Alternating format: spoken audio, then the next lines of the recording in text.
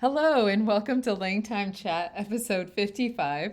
This is actually take two, Yeah. because I thought I hit record, but didn't, Yeah. I Uh, guess. we did a whole thing. It was me, John Quijada, and Sylvia Sotomayor, and we recorded a whole thing. And at the end of it, I pressed the button, and it's like recording is starting now. That happened, right? At Yeah. one point. Yeah, Uh yeah. huh. Um, and if that happens here, then we're just going to release an apology and say the podcast is going to be late and not available on the first of the month. But But we'll do it with hopefully. puppets. Uh, hmm. uh, Murder She Wrote episode we watched last night. Mm-hmm. Very creepy, very puppety, and it was unnecessarily creepy. The puppets did not need to be creepy. Unnecessarily on a boat too. That too. Why did they even have that idea? They last season of Murder She Wrote, our theory is they were throwing everything they could at the plots because it was its last season, and so I actually they. wonder if that was what do you call it? Catalina, because Catalina has a boat like that was turned into a museum. Maybe, maybe. But we are not here today to talk about Murder She Wrote in recent episodes that we have watched, But we could. but we're not. Okay. We're here today to talk about conlanging. Conlanging. Specifically, we're continuing what was like a 5-part mini-series about conlanging with pre-existing material. And so episode 53 opened that sort of little mini-series where it introduced a challenge whereby there was some English data that anyone who worked with it had to turn this English data into some unknown conlang language input. And so that was episode 53 was the introduction of that. Episode 54, which was last month, we talked about the results of that.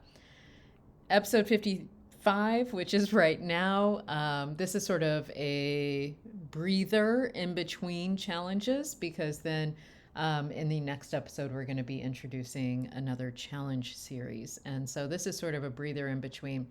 A breather that was inspired by a question, or really it was a statement made by Matthijs on our Discord. Just a request to hear more information about conlangs we have created that are a posteriori. Because most of what we do is a priori. And so if you're unfamiliar with the distinction, a priori means you're making the language just your own language. And so like if you need a new word, you create the word, you figure out how to put the sounds together, you're doing everything. A posteriori, you start from a language base and then work from there. And so for instance, Esperanto is a posteriori, whether Zamenhof intended it to be or not. It was based on input from existing languages.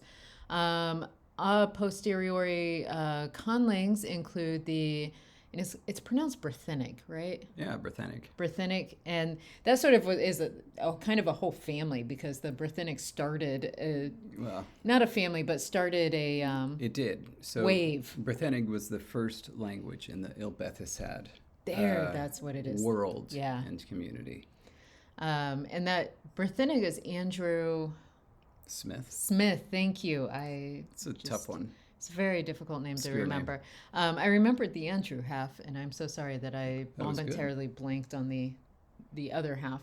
But yeah, so Brythonic is a kind of famous one. Mm-hmm. David's gonna sneeze, but needs to no. It's wonderful when my podcast partner leaves me. But yeah, Brythonic is one. We're going to talk a little bit more about ours and ones that we have done. But really, I just wanted to kind of do this chat style instead of a formal kind of thing. Sure. The first focus, I just wanted to talk about our preferences for conlanging because we don't make that many a posteriori languages. And I feel like it's not that a conlanger only does one or the other. I know a lot of conlangers kind of dip back and forth between the two types depending on what mood they're in or what project they're interested in working on. But I still feel like a lot of conlangers, if not most, do have a preference for creating a priori or a posteriori languages. Yeah. And I know mine is a priori, and I know why. I'm curious to know your preference. I think I know it. You have like a specific reason? I just find most a posteriori projects exceedingly boring. Well, that seems like a pretty specific reason, David. I don't know. Huh. I mean, there's got to be like some purpose to it, some story behind it. You know, it's like with not just Brithennic, but I think with the entire Ilbethusat family, the whole like the main kind of not really a gimmick, but it's like the thing behind it. It's like it looks like this, but works like this, and that's it. That and it's cool. It's like okay, that's the reason. You know, just if it's just like another, it's like here's yet another possible branch of the romance family. Like I just bored to tears. Oh. Mm. My reason is different. Because I find sometimes it's more challenging in some ways, I think, to work a posteriori. Like, I feel like I have more expectations for myself because there are examples of languages, you know, like we've got the historical documentation of how these languages have changed among communities of speakers. And so I feel like there's some sort of expectation that, again, I put on myself when I'm working on such a language to make sure it has some rich reason and history and backstory and whatnot to make certain changes. I don't know. I feel it's a different feeling, that's for sure. But in general, I prefer a priori, not because the process is so different, but because the way I think about creating languages and creating the many worlds within which they exist. I am not a con world creator that usually creates, you know, like non-earthly kind of worlds. Mostly I am situating my speakers somewhere on Earth, like an undiscovered area or something like that. So it's like I'm not, I'm never going to be as intense as Bibluridians alien biospheres kind of world construction. So usually it's just like it's either Earth or a planet that works just like Earth. But I like to basically start over instead of working with things that are already there. So anyway, that's just my general preference, but that doesn't mean I've never dipped my toes. Yeah, and we're gonna have a big a posteriori project come season 7 of LangTime Studio. Yes. It's gonna be exciting. Yes. That and that's interesting. I have never gone back to any of my languages as much as I've had plans for some of them to go back and like use that as input for another language. I have never actually done it. It has remained plans, and I think because every time I go back to the project, I'm like, I'm going to start a new one instead. Yeah. So, yeah, that's interesting. Okay, so David, I am curious to hear more about yours, mainly because some of them I don't know anything about. Obviously, the one I know the most about, and I say obviously as if people should know this is the one I know most about, but the one I know most about that David has created is Trigger to Slang, which was created for The 100, which aired on, is it the CW or just CW? It's the, right? Like we need... It started out that way, but then they started referring to it as CW. I think their style guide changed over the years. Sure. Well, I just wasn't sure how, insistent they may be. All right, so David, do you want to say a little bit about? Yeah, the first thing I want to start with is I have more of a question because the broad strokes thing is that Trigger slang is it's just English in the future. Everything comes directly from English, from modern English, and yet whenever you pronounce the name of this language, it always seems to be an adventure. It is. It's tree from tree, and it's pronounced like tree. And then, Geta is a little bit different. It comes from, gather. But even so, you could imagine in Getter, maybe without the R. And then slang is slang. Mm-hmm. And so, like, if you were to say something like tree gather slang, you'd know where it was stressed and you know how to say it. But when you say it, it's all over the place. Yeah. I apologize. This is It's really some on-air embarrassment. Thank you. well, it's just it's a puzzler to me. It's not like like the name of like Wokothisha or Tapahla or something where it's like these are non-English things. This is as English as it gets. It's really not though. But go on. Well, as I put it, this is the easiest language for an English speaker to learn that could technically be considered not English. Like, and that's Nat or conlang, doesn't matter. Because it's so dreadfully close to English. And this has to do with its origin. And in fact, since mine isn't on screen here, maybe I can actually find some of this stuff. But the way it started, of course, some people will know this story. But I came into the 100 during season 2. I wasn't there during season 1. During season 1, I was on a show called Star-Crossed, which had a pilot along with 5 other shows. And it was known that only 2 of these shows were going to be moving forward. One of the ones that was moving forward was Rain, which turned out to be a runaway hit at that time. The other show that everybody thought was the easy second place was the Tomorrow People? Shoot.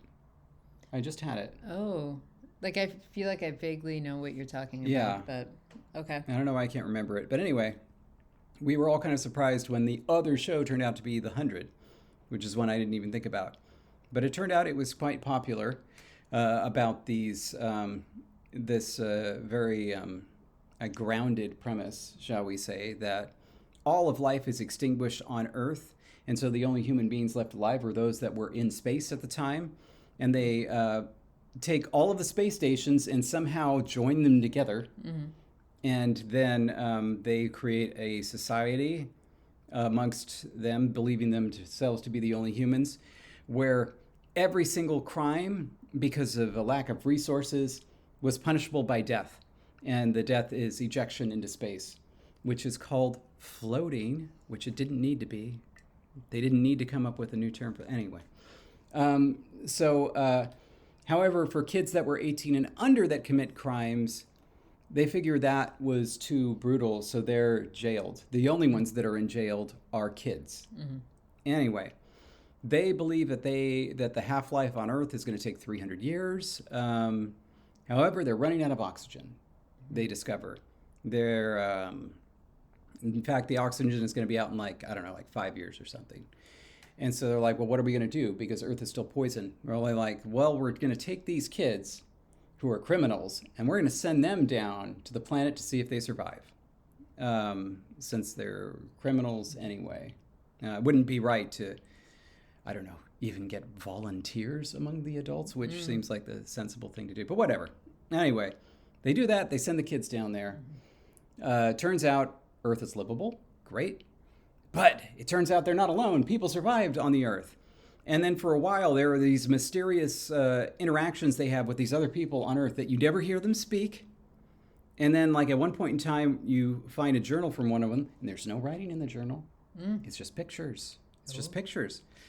Anyway, then it turns out later he says a couple of words. And so I was like, oh man, as I'm being brought onto the show to give a language to these people that existed on Earth already, even though it seemed like they could speak English. And then in a later episode, they just have somebody straight up speaking English. I mean, they learn fast. Yeah. It made no sense. The people on the show, it was clear that it made no sense to them either. And so I was like, why are you hiring me? It turns out they were kind of put into this position because when they were renewed, the head of programming on the CW specifically asked them to hire me to give a language to the people that were on the ground, even though they were already speaking English on the ground. So I was put into that position. Uh-huh. I had to come up with some reason why they could speak on the ground. And so what I came up with was, everybody on the ground speaks this language that I'm creating, which is evolved from English, but the warriors speak English, which is called gunna slang, warrior language.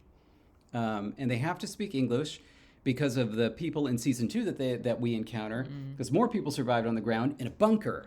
Oh my. But their society stayed more or less the same inside the bunker, just like the society up in the Ark. I think it's called the Ark. I can't remember if that's Defiance, right? And so I was like, okay, then the warriors have to be able to speak English to talk to the people inside of Mount Weather. And that explains why they maintain their fluency in English, while everybody else spoke this language, which is very similar to English. Okay. Now, originally, I was going to make Trigeter slang much more different from English. And this is what I'm going to try to find. As you're trying to find that, though, Yeah.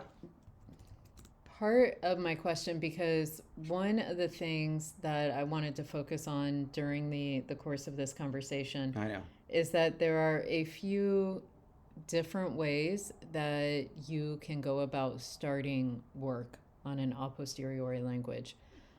Which, by the way, every time I say that term, I also have to stop and think about where the vowels are and where the stress is, and I hate saying that word out loud. It's not a comfortable one. Just saying, it's anything over 3 syllables. I've got to stop and think. And so one of the ways is what I believe you did here for this now unnameable language with too many syllables that I apparently always say wrong. One of the things you can do is start with input from an existing form of a language, whether it is, what's being spoken now, so the modern form, or whether you go back in history and find an existing point in history and say, this is the input for my new language, is, the structures, the system, the full thing that exists here. And I'm going to use that to move forward with my own language. And, going from there. So, of course, you can introduce any kind of language change that you want. Sound change rules, you can do, lexicon changes, you can do any grammatical shifts that you find would work for what you're trying to do, but your input is all an existing state of the art, so to speak, of what a language is. And that is, I believe, what you did for this project. Yes. Using English as it is now as the input, and not just the input for words, but the input in terms of thinking about grammar structures, how language is used, right here, right now. And that's the input for the language. And then, from there, changes would be made. Yeah. And did you find what you're looking for? Yeah, there were 2 things that I wanted to mention. 2 things. And I wanted to find an email, but essentially I came up with this example of what I wanted to do, and I recorded it, and I sent it to them.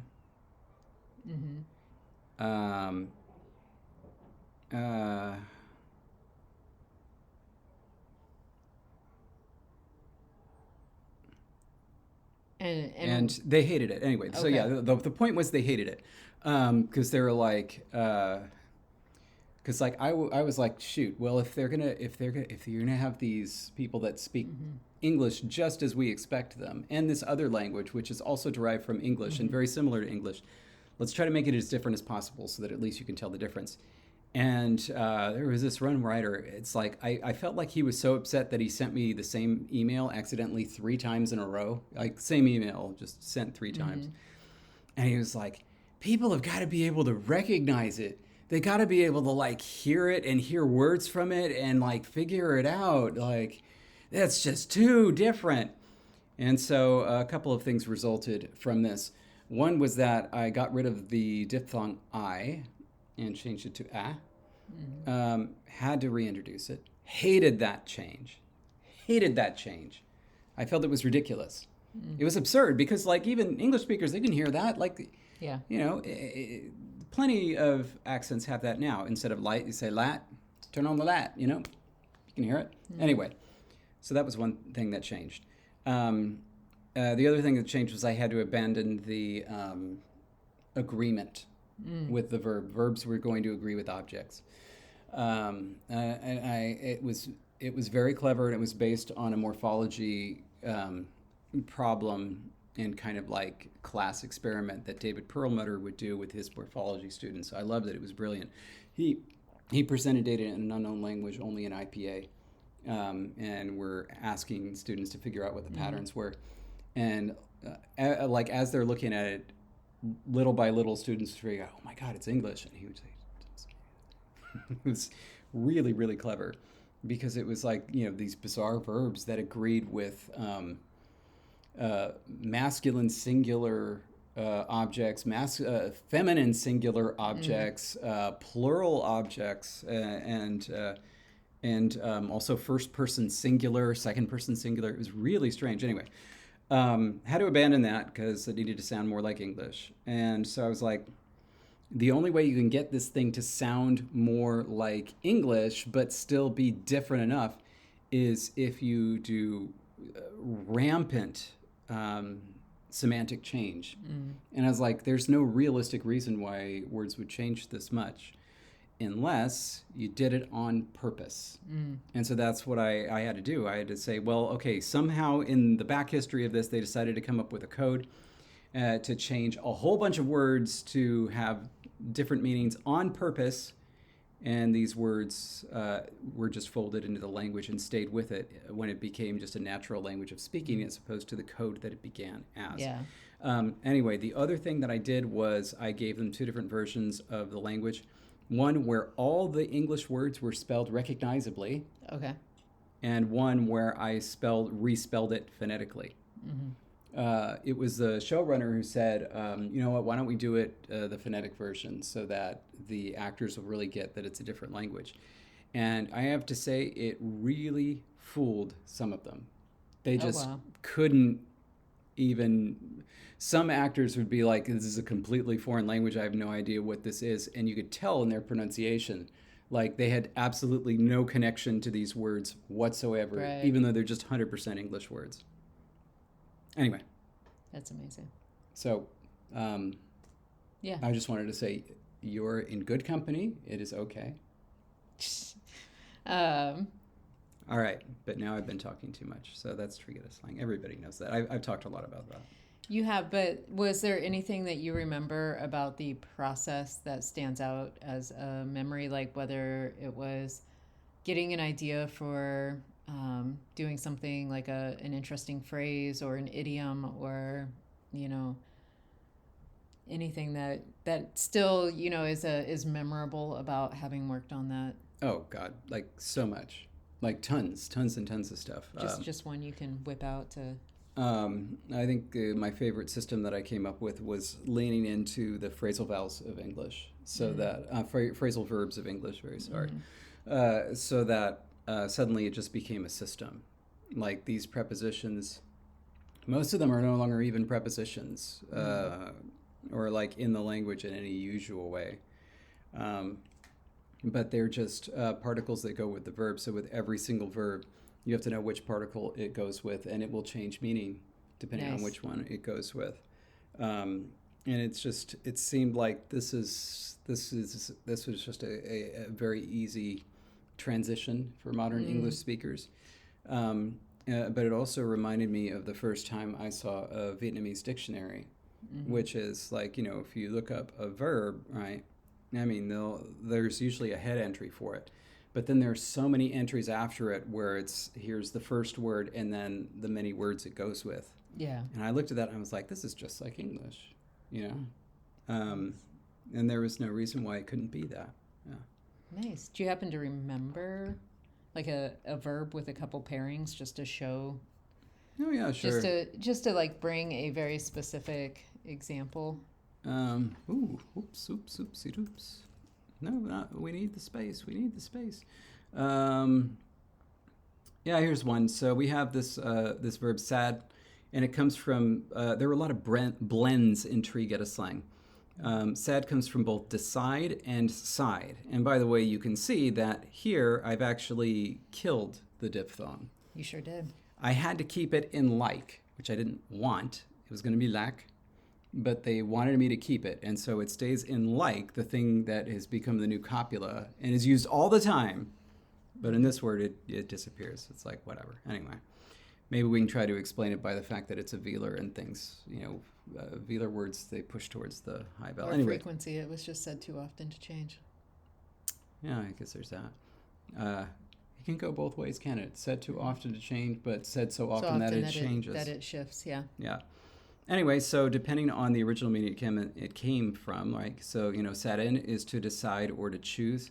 And that's because in is usually associated with experiences or other things like that. So sat in is to decide or to choose. Sat clean is to decide and to choose, but emphatically, like for good, because that's what clean is used for.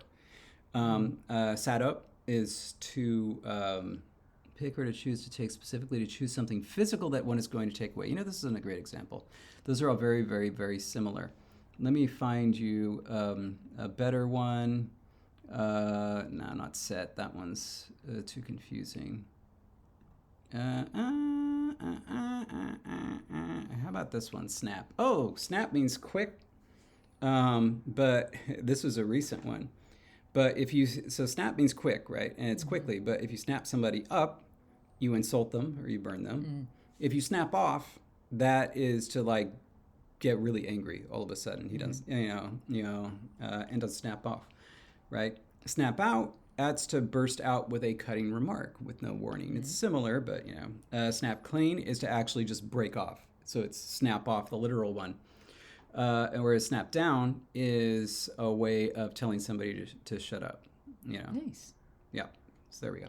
Very cool. Yeah, I could definitely see what you were going with there because that is part of our wonderful, wonderful Germanic heritage of English is having these little bits that work with verbs in English. And so it's sort of like a prepositional verb combo. And by changing them, you change the entire meaning of what the little phrase means. And so like that's just a really cool example of how the same thing happens. It keeps happening in this language form, but like it has shifted how they are used. And so that's very cool. Okay, so that is taking English and then doing things to it. Have you worked on a language where instead of working with an existing state of a language, you just work with a collection of, say, protoforms of a language, where then you're still doing like the whole system on your own? So like you're not working with input that is another language's systemic features. Instead, you need to build the system around really, I guess, just really vocabulary input. Because if you're working with, whether you're working with protoforms or just like a dictionary of words, the point is you're still bringing all the other things to it. Yeah. So the one that really jumps to mind is Lichepus.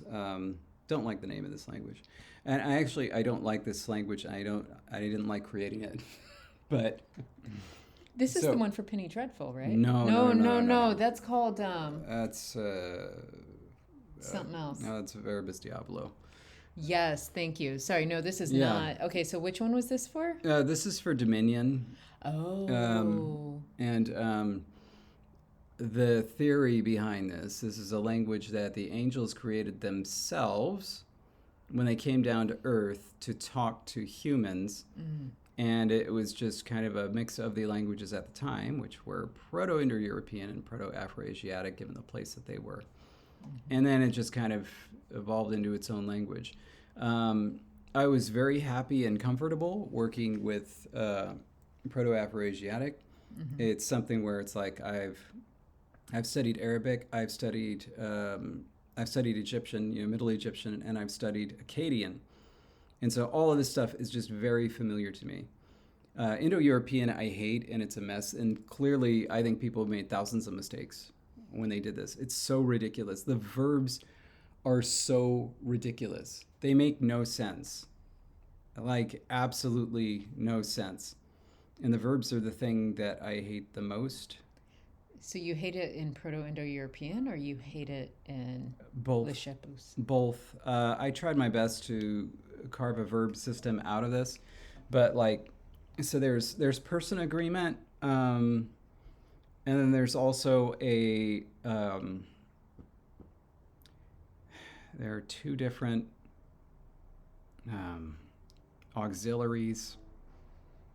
God, there's something wrong with this analysis because there's just two different auxiliaries in Proto-Indo-European.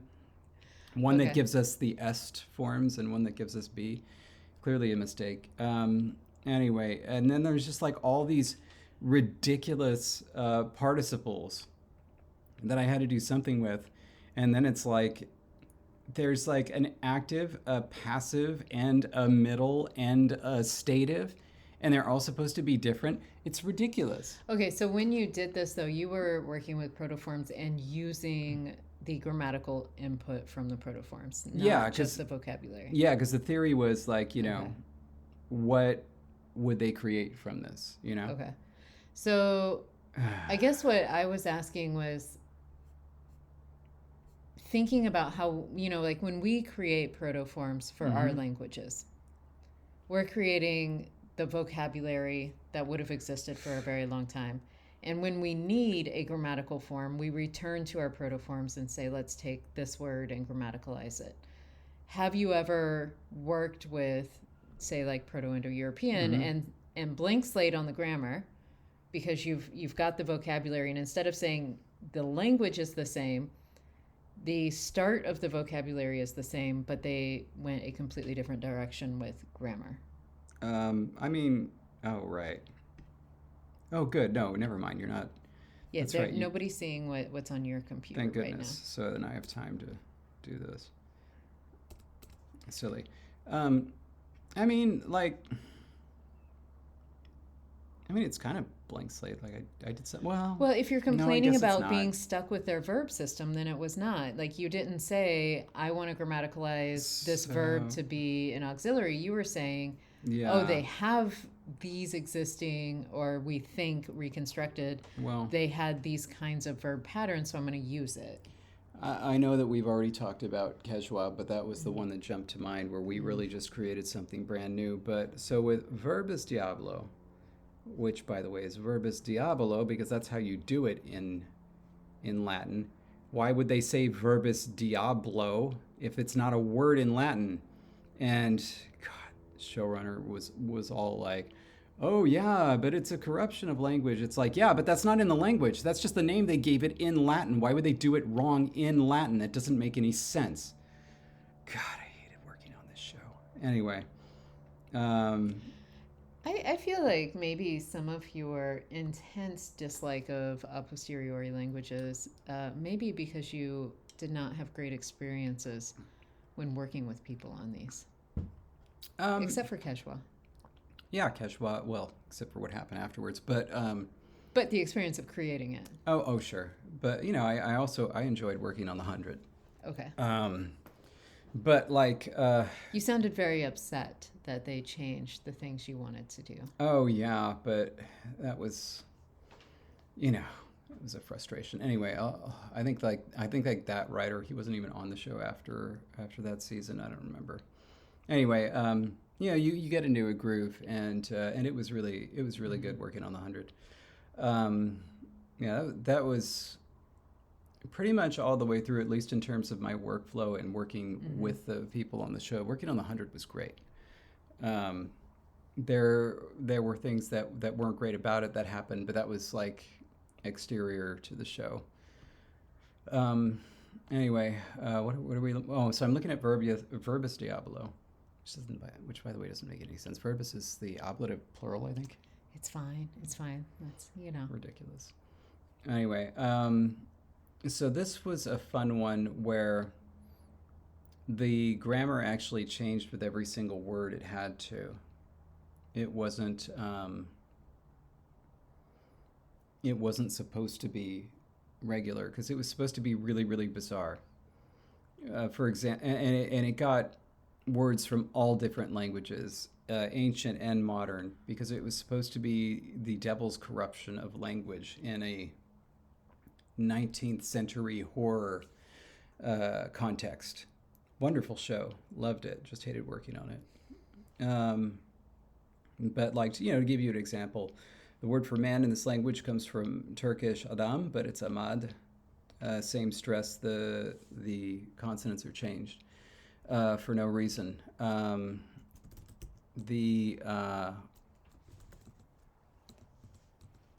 on. Oh wow! Look at that. But they're not in there. There was a word in particular that I was looking for. I can't find it. But some of these words, for example, the word for a wild beast is fenster, and it comes from the Egyptian root SNF that was reversed, and ter, which is G. That must be Greek. But I don't know what each word means anymore because I don't remember those words just straight off. But there was a word that had actual silence in it where you stop.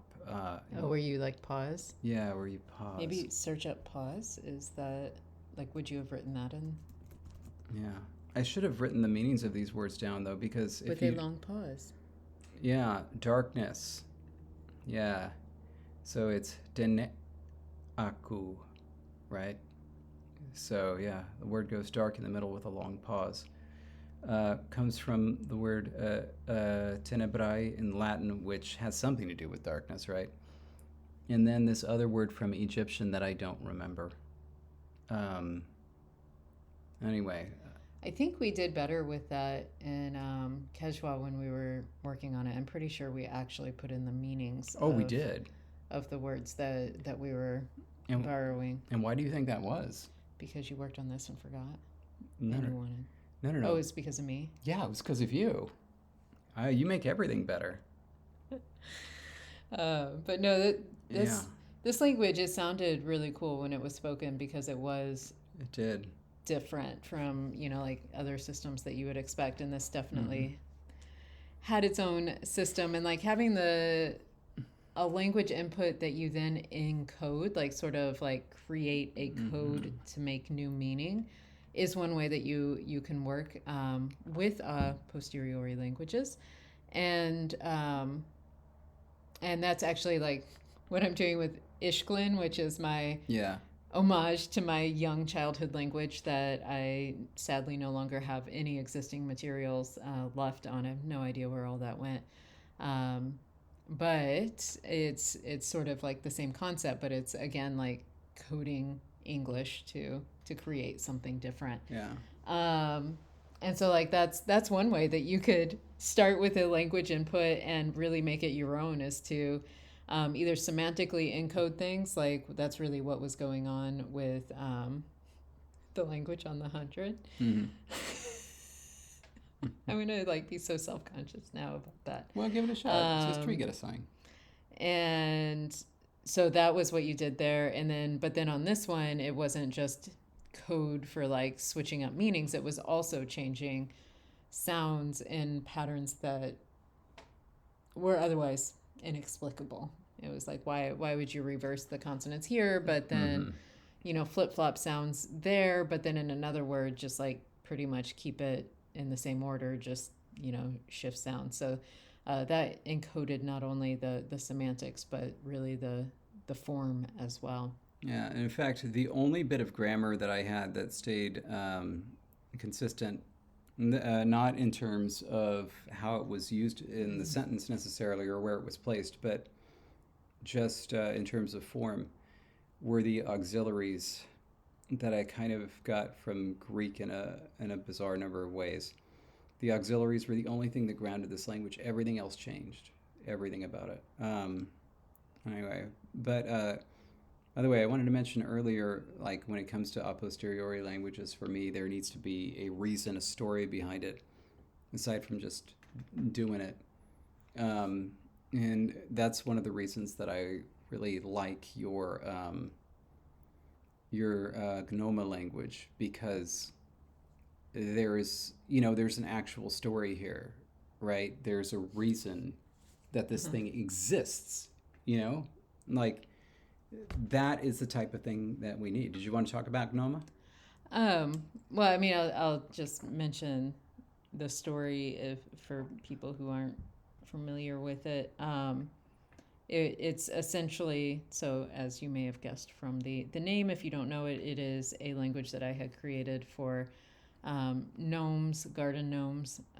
That would have been, goodness, done in 2015, 16 or so back then.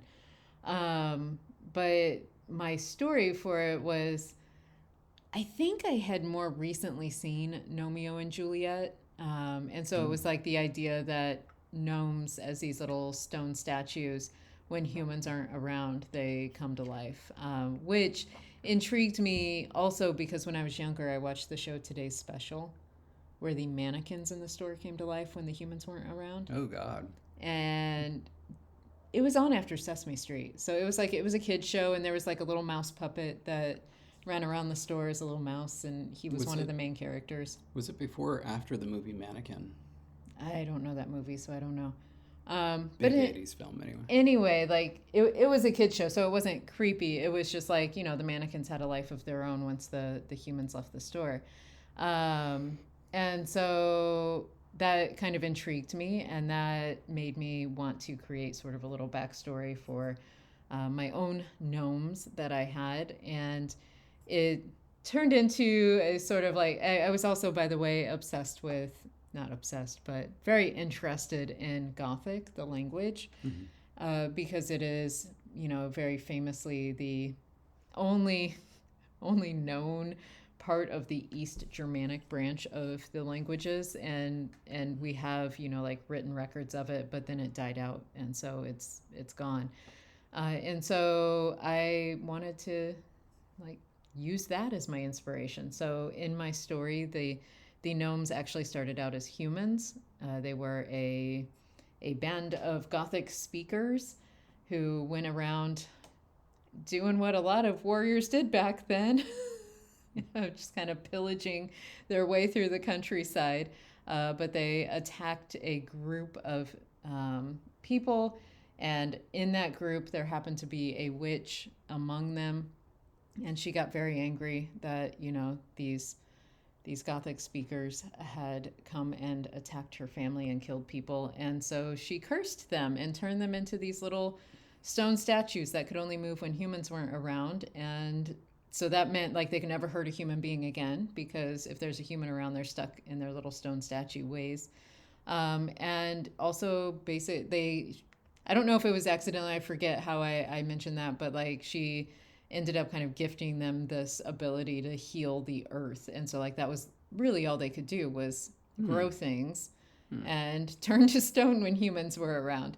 But she like carried them around as these little stone statues with her and her group. And so it was Gothic language, but then influenced by the Romani language, because I wanted them to be Romani speakers. And well, one branch, because there's many different languages that get categorized under that. But when they were humans, were they also small? They got shrunk. So they got shrunk down to little statues. So no, they were normal-sized humans. No. After they were made stone, because yeah. So they could only move around when humans were around, but they stayed small. Yeah. They were shrunk down. Reproduce? I don't think I got that far in the lore. If they did, they would have only been able to, I guess as long as no humans were around. That would be very bad if you're having a baby and turned to stone. No, it would have to be somebody that was under, their protection or under the same spell, right? Well, sure, but like I'm just saying, like if a human walked in during this is going places, but during childbirth. And you turn to stone, like oh man, like that would not be great. So like it would have to be very calculated. I think in my head because they effectively just like didn't die after that, they were just sort of stuck. The only way you could kill One of them was if you completely destroyed the statue. Otherwise, they were just these little stone beings. And so I think they just sort of, in their immortality, I don't think they ever reproduced in my lore, but now David's brought that up and made the whole conversation weird. That's how they destroyed the gargoyles, too, on the Gargoyles television show. By destroying them? Yeah, the statues, because like that was the easiest way to do it. They had no power, and so the statues had to be protected, by humans who were on their side. Otherwise, they would just find the statues and destroy them. Yeah.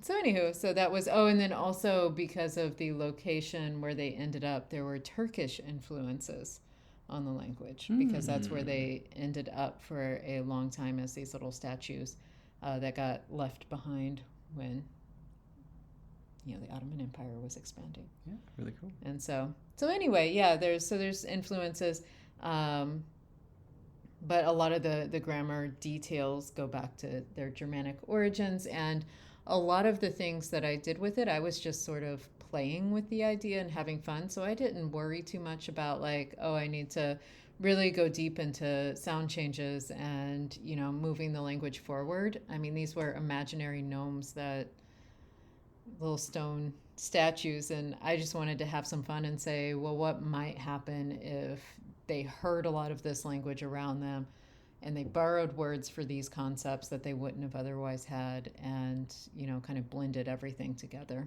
And so it was a fun little experiment for me. Cool. That's fun. Yeah. But yeah, having the reason for it really, really helped. Otherwise, you're right. Like, why am I taking this other language? I know you had mentioned another language you had done that I'm now going to totally butcher the name because I'm forgetting whether the Z or the R comes first. Azran. Yeah, there you go. Perfect. I don't remember hearing about this until the other day when I had mentioned we were going to be talking about posteriori languages, and you said, I'm going to talk about this. This was one of my favorite. This is a project that I had been looking forward to. Not like the show. This was Into the Badlands for season 3. And the showrunners for that had done the Shannara Chronicles. And so they called me back once they had a reason to have a language in season 3, which was the language of Azra, which is this place you hear about the first 2 seasons. Now, Into the Badlands, wonderful show. If you like this type of thing, they did a kung fu show that's like in the Chinese style of Crouching Tiger, Hidden Dragon, where everybody's like flying and doing stuff like that. Okay. Like that style of kung fu, but it's set in post-apocalyptic America, like 500 years in the future. So like Mad Max style, environment, but this very flowery style of kung fu where all the main characters are doing flips and things like that, and Nice. Everybody's doing hand-to-hand combat. It is too violent for you, so it's also got. It's not like splatter gore because, of course, it was on AMC, which did The Walking Dead, and that was where it aired. It aired after The Walking Dead, but it's so ridiculous in premise and execution. But it's like the showrunners, they knew this, and so they really lean into it, and it works so well. It's incredible. Okay. This is, by the way, these are the guys that are doing Wednesday now. Oh, nice. So yeah. It took me a minute to remember that's the name of a show. Yeah. And so I was like, Wednesday, brought to you by these 2 guys. Yeah. Cool. It's branded now. So yeah, I really recommend Into the Badlands. And in fact, 3rd season, Nick Frost is on it, whom you probably know from the Cornetto trilogy, Shaun of the Dead and Okay. and all that. But and he's doing kung fu. It's just great. Like it's so ridiculous and wonderful. Love this show. Anyway, so Azra was this mystical lost civilization And according to them, Azra was in Mexico, like what would have been Mexico, because of course all the countries are gone now on Earth. Everything is destroyed, and new kind of like warlord areas have arisen. And so they wanted them to have their own language. And I'm like, this is now I get to do my dream project, which was, I had always thought, just listening to Spanish with a lot of the consonants that are dropped, I was like, this is a language that could become tonal from stress. Nice. Just due to dropped consonants. And so that's what I did. Azran it starts with modern Spanish, and I just really drilled down on the sound changes, being like, everything that can change is going to change so that we get these vowel sequences that collapse, and so everything has stress. And let me tell you, By stress, you mean tone? Tone. There is no language that you could derive from Spanish that sounds less like Spanish than this language. It's incredible, and I think the words aren't going to do it. I didn't say, yeah, I feel like this is something where we need to hear a line. Yeah. All right, so I'm going to my archive of our own, where I have all of my show dialogue up. Here we go. Search. There you go. Here we go. And entire work. Let's see. Something. Yeah. Eye of fate, grant us favor in our task and bring strength to those who waver. Let's see. Lojo, zate da las weot god un millón e usate chayel upue a gebana plaja. Nice. I also want to point out, it's hilarious to me because we get this question quite a bit that's framed something along the lines of, oh, when you were creating Dothraki, they were these warriors, and so obviously you made the sounds more guttural and whatever to reflect their realities, their harsh world.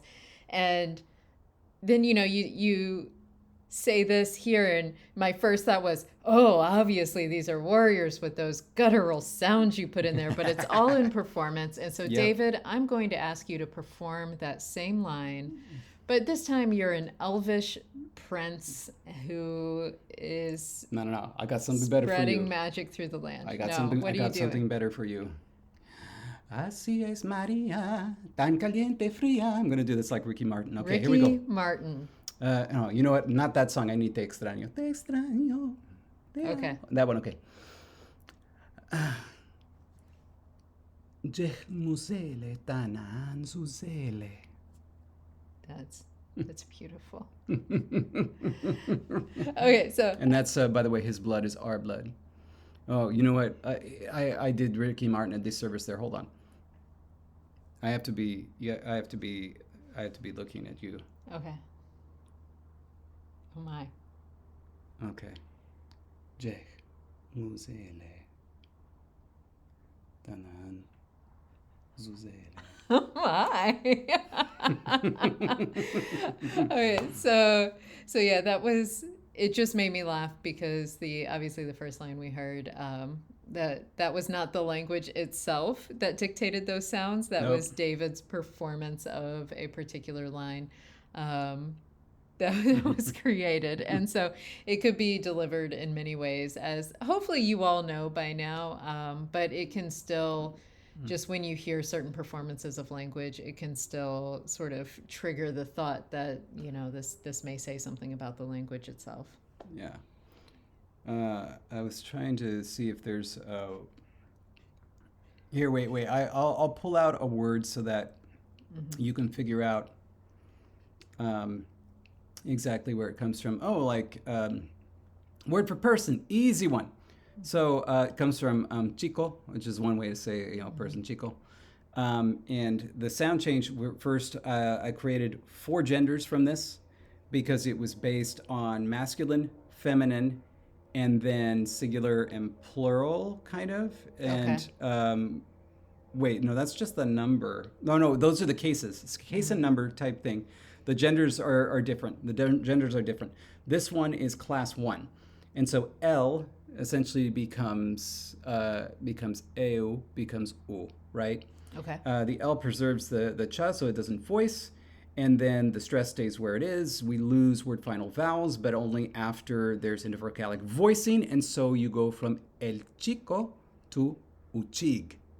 Like that. Boom. Easy. There you go. Look at this. The way you say hello. Zhongwei. Zhongwei.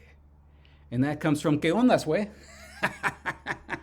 What does that mean?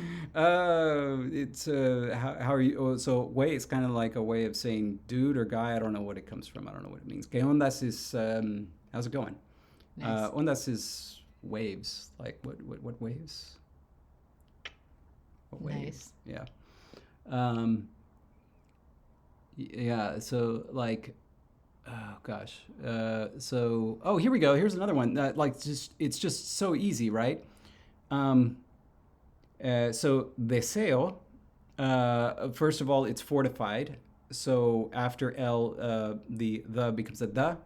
The L becomes u, and the vowels go together. The S voices, and so udezeu, udezeu, udezeu. But, it's just, dar una vez is to lend donde. Oh, look at this language. This is so much fun. I had so much fun with this. So, in other words, David, you might say it does not bore you to tears to create... It had a reason. It had a purpose, right? Right? Oh my gosh. So this is just the word for thing, cosa, right? But this is one of the ones, it's class 4. Because rather than using the, use una, because it was more common. And so the u dropped off, and so it's una cosa, but of course intervocalic voicing for both the ka and the sa. The final vowel drops off, the initial sound drops off, and so una cosa becomes nagoz. So it was masculine, feminine, and perhaps the association with whether it was more likely to be el or uno. Yes.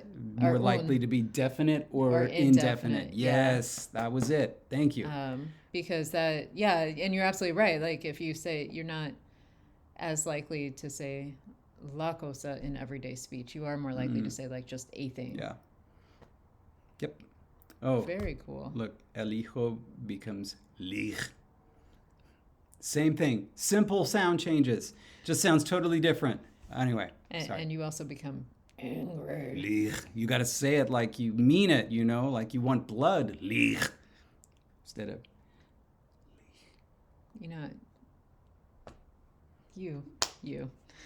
But no, that's really cool. And I remember you had told me about the language. I 100% forgot its name, and I definitely forgot what the show was for. Like I forgot what show it was for.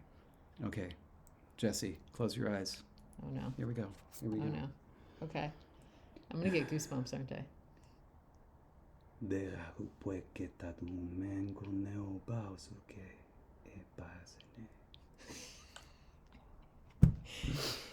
All right, now say it how you recorded the video. Let the power that slumbers within wake and rise.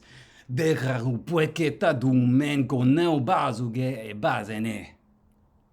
different. Yeah. No different. That is amazing. All right, so just as a sort of signing off here in our last couple minutes, do you have any advice for someone who has never done an a posteriori or has maybe only tried once or twice and hasn't really been happy with the results and they want to work on one again? Do you have any bits of advice? Come up with a story, come up with a reason. There's got to be, because this is the same thing with any time, even when you're creating an a priori language, there's got to be a reason for it. There's got to be a reason that you're doing it. What is it that you want to do? So like, are you creating a language for a people? Great. Then let those people essentially dictate every choice you make in the language.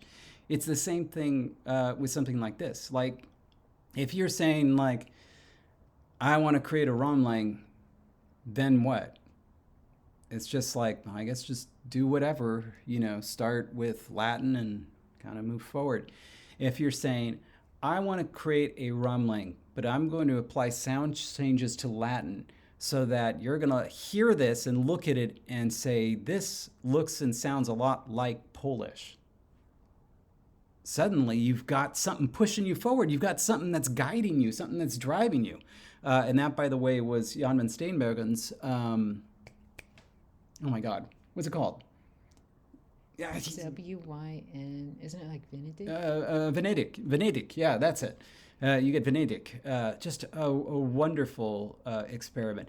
There should be something driving it like that, and it's not like it has to be super different. It's not like you have to do something where it's like I'm creating a long rumling and it has to be different. But there should be like some reason for it. Like say you were imagining a country that is to the northeast of Italy, and it was protected by mountains and for some reason untouched for centuries. Nobody knew about it.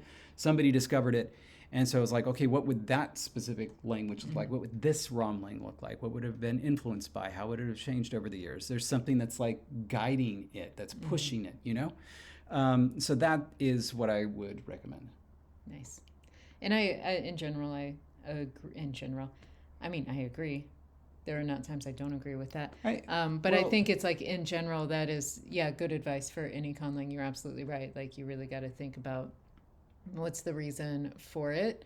And I think that will drive the interest factor. And I do want to not clarify. What's the word? It's not undercut. It's in between clarify and undercut. Quantify? No, qualify. That was it. Qualify. There we go. I want to qualify my earlier remarks and also this. Because remember the way that Jessie asked this question was if you're creating an a posteriori language but need, a little direction, what do you do, right? Mm-hmm. If for whatever reason you're just like, I just want to create another Romance language. There's no story to it. I just want to do it. And you have no problems doing it and you enjoy it, then that's great. It doesn't matter if I find it interesting or not. If that is all you need to get going on your project and you're enjoying doing it, then that is fantastic. This was specifically if you wanted to do it but needed a little push, like you didn't have the drive for it. That was why I was saying that.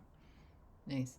I will say, like, if you are doing something like creating a language to fit into a particular language family, definitely get your hands on the best resources you can find for, reconstructed forms and origins for where things came from, because you can always work with that and go back deeper.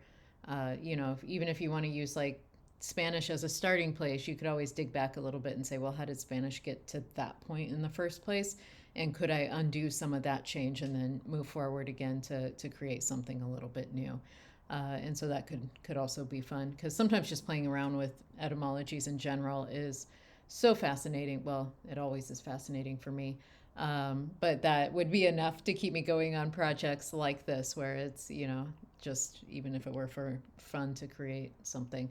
But no matter what I do, I end up creating a story just because I kind of, I don't know. I'm a story person. All right. Well, that was our breather in between two challenges of a 5-part mini-series where we just chatted about some a posteriori work that we did. So be ready. Next month, there will be a podcast episode with a challenge, an introduction to an a posteriori challenge. And so we'll be seeing just how differently we can take the same data and, again, come up with different results. And so in the meantime, I hope everyone's doing well and having fun conlanging, and stay grammar, everyone. Golazele Razra. Oh my. That too. Bye, everyone.